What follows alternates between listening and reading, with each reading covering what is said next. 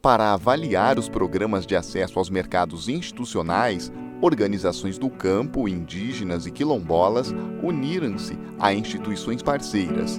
Após o diagnóstico, apresentam as recomendações para o avanço dos programas de aquisição de produtos da agricultura familiar e do extrativismo. Bom, de maneira geral, o acesso a mercados é uma questão que limita muitas vezes a atividade do pequeno agricultor, das famílias que não têm a capacidade de alcançar mercados mais distantes. Então, nesse caso específico, os mercados institucionais são uma forma de garantir o acesso a mercados e que muitas vezes não seria possível, né? Com essa pressão que se tem do agronegócio, das empresas chegando cada vez mais no campo, quem tem mais capacidade de capital, quem tem mais recurso para fazer essa produção chegar mais longe são as pessoas que acabam tendo prioridade no acesso a mercados. Então, mercados institucionais acabam enfrentando essa lógica ao priorizar a agricultura pequena, do pequeno camponês. O tema dos mercados inclusivos para nós é um tema bastante importante, porque muitas experiências históricas ficaram na questão da produção apenas, né? Mas não avançaram no temas de disputar o mercado com os produtos, né, da reforma agrária, com os produtos da pequena agricultura, dos quilombolas, dos povos indígenas. Os principais programas governamentais para a compra de alimentos de pequenos produtores são o PAA, Programa de Aquisição de Alimentos, e o PNAE, Programa Nacional de Alimentação Escolar. O PAA garante o pagamento dos produtos entregues a instituições que atendem a pessoas carentes.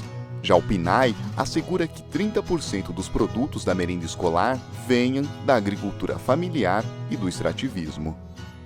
No assentamento, a gente tem uma avaliação positiva, né, dos programas, porque, de certa forma, por mais, né, que seja um valor pequeno, né, ele traz benefício, né, para as famílias, né, porque muitos produtos que antes eram perdidos nos lotes, né, que não tinha, né, uma forma de comercialização, hoje em dia a gente consegue colocar dentro desses programas uma boa parte da produção dos assentados.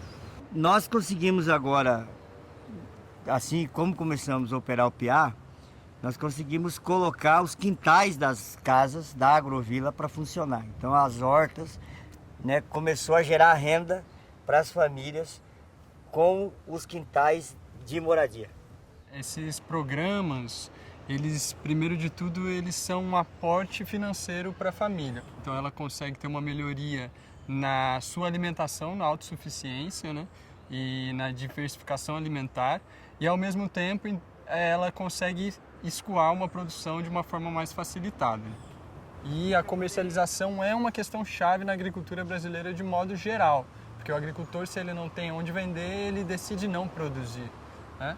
Então o PA realmente é muito promissor, então ele é potencial, ele precisa ser melhor executado pelo Estado e ele precisa ser mais abrangente, né? Ele ainda tem um recurso reduzido.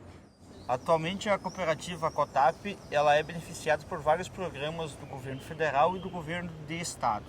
Essas políticas, tanto do PA quanto do PA e do PENAI, eles estimulam a compra da produção, mas ainda está faltando essa possibilidade de capital de giro entre a produção, o espaço de transporte, de indústria e comercialização. Então esse é um dos limitantes que nós temos, que passa a ser um entrave para nós. Nós do movimento, a gente sempre lutou para que a gente ter acesso a várias das políticas, não só governamentais, que não adianta você, vamos dar o assentamento, tá, mas se você não criar mecanismo que essa família, esse produtor, possa produzir no seu lote, como é que ele vai ter a sua subsistência dentro do lote se você não criar mecanismo que ele possa escoar essa produção dessas famílias? Então, a partir disso, a gente começou a lutar que essas políticas públicas sejam voltadas à agricultura familiar, ao campo.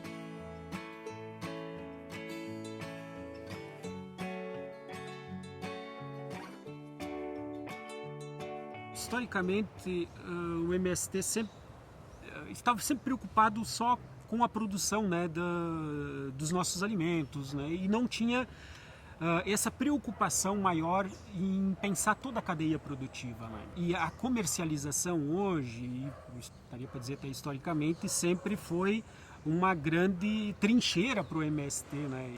E hoje o dado que nós temos é que mais de 90% do que as nossas cooperativas produzem vai para os programas sociais, seja o PA, PNAE, formação de estoque, né? Então, a cooperativa está trabalhando há pouco tempo com isso, já está criada desde 2007, mas ela foi criada com outro objetivo, na verdade, trabalhar com as pessoas que são atingidas pela barragem. Surgiu a questão da construção das reclusas, 333 pescadores foram atingidos e estamos trabalhando com 156 pescadores que estão criando peixe em tanque-rede. Primeiro que o programa é uma conquista dos trabalhadores, mas que é burocratizado para que os trabalhadores não tenham acesso a ele. Então, tem meio mundo de burocracia. Mas a dificuldade maior hoje é a questão da estrutura mesmo da cooperativa para a comercialização. A Comissão Proíndio avalia que as políticas de acesso a mercados institucionais, elas são uma oportunidade de alternativa de geração de renda das comunidades quilombolas com as quais a gente trabalha. É uma oportunidade que normalmente essas populações não têm. Um dos entraves para a geração de renda é conseguir colocar os produtos no mercado. Então, eu acho que o desafio é esse, é você aproveitar essas políticas que existem e adequá-las a essas realidades específicas de forma que, de fato, as pessoas tenham condição de acessá-las. Meu nome é Francisco Hugo de Souza, moro no município de Oriximiná, comunidade chamada Jauari, no Rio Iripecuru. E a gente está participando aqui, a gente está trabalhando aí tentando colocar na merenda escolar os produtos farinha de tapioca, beiju, os legumes e a castanha também. Sim, a nossa experiência com a merenda escolar, ela surgiu desde 2010. Então, questionado pelos próprios alunos remanescentes de quilombo que estudavam e falavam que não conseguiam mais merendar aquela merenda que tinha na escola, e sim que eles queriam coisa da região mesmo. E foi que a gente conseguiu chegar num acordo que colocasse alguma coisa da nossa região no cardápio da merenda escolar.